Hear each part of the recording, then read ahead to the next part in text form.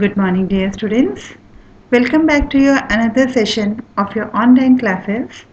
Children, just to remind you, we were studying about lesson number 14, reproduction in animals.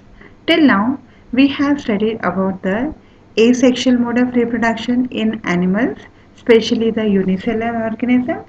Then, children, we studied about the male and the female reproductive system in humans. And same is the way it works with other mammals like cow, goat, buffalo, dog, cat, which are found in our surrounding. Now, children, our topic for today is how do hens lay egg? Okay, so let us understand that how does this particular phenomena take place. Okay, now in case of hen children, the process of fertilization is internal, and but the development of young one takes place in the external environment. So hence we can say that it is an example of internal fertilization and external development. Once the process of zygote formation is over, how the zygote formation will take place, children? Fusion. Fusion of male and the female gamete. And fertilization. Just now I discussed. Once after the process of fertilization, the zygote is formed and this zygote undergoes repeated cell division and with passage of time, children, it moves down in the oviduct.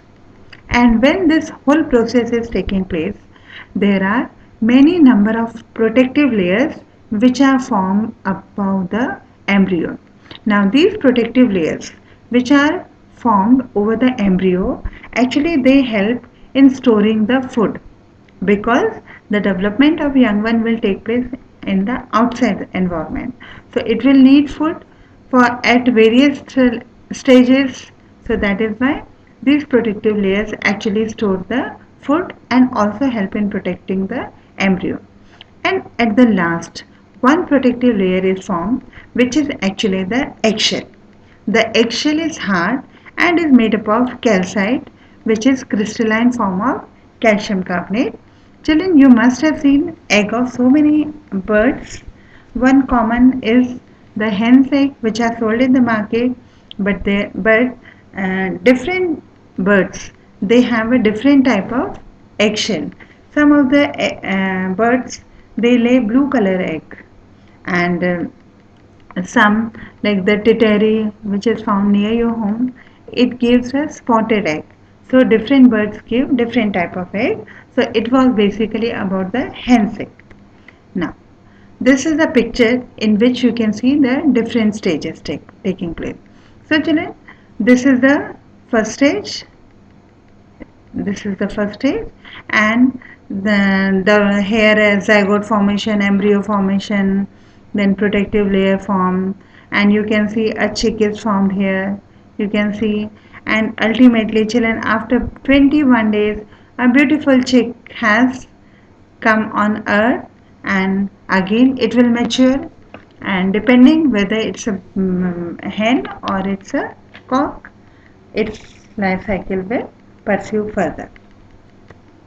Now, the incubation period of hen is 21 days. Now children, what is mean by incubation period? Incubation period means, you can see again the picture, there are total 20 pictures. So from reaching from picture number 1 to the last picture, it takes 21 days, and this period is known as incubation period. Basically, incubation period is the time taken by any living organism for its complete development.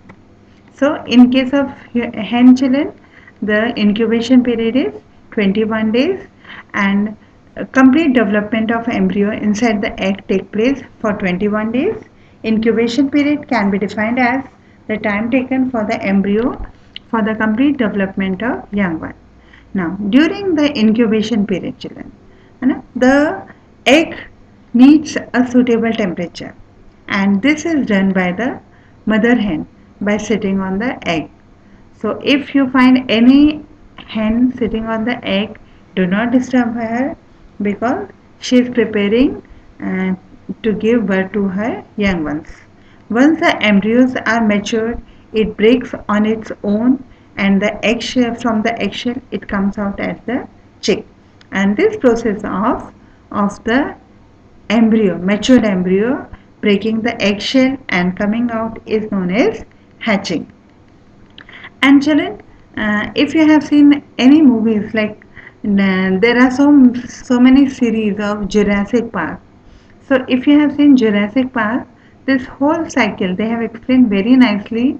And in one of the first part, Jurassic Park, they have seen shown very nicely hatching also. So if you have any extra time left in your day-to-day life, please go watch some nice science fiction movies. You will enjoy them. Now, children, our last topic for today is difference between oviparous and viviparous animals. Ovi means the word ovi itself represents egg, and so vivi will automatically mean something else. Now, oviparous animals are those animals which lay egg, while viviparous animals are the animals which give birth to their young ones. So, oviparous animals they will either lay a fertilized egg or they will lay an unfertilized egg. Now, in case of oviparous animal children, the since in case of oviparous, the development of young one takes place in the external environment, so the fertilized egg remain covered by hard calcareous shell and laid in a safe place in the environment. The animals take care that their young ones are laid in a safer place, whereas in case of viviparous animal such things do not happen, because here the fertilization is also internal and the development of young one also take place inside the body of the female.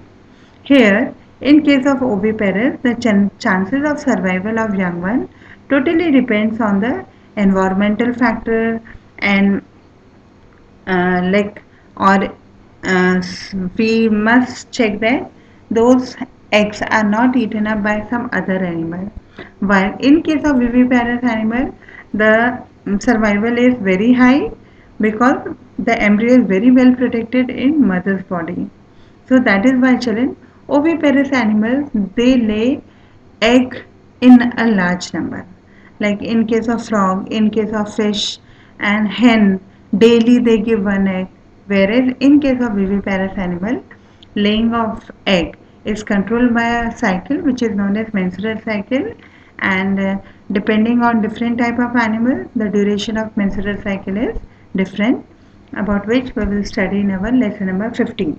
Some of the example of oviparous animals are birds, reptiles, amphibians, insects, etc. And viviparous is most of the mammals. But children, remember that there are certain mammals which lay egg. Okay, so that is why I have written this most of the animals.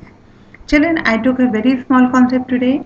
I hope you have understood this, and please do write down all these notes. Need not draw any diagram from this particular slide because they are just the picture for your information. Thank you children, and take care of yourself. God bless you.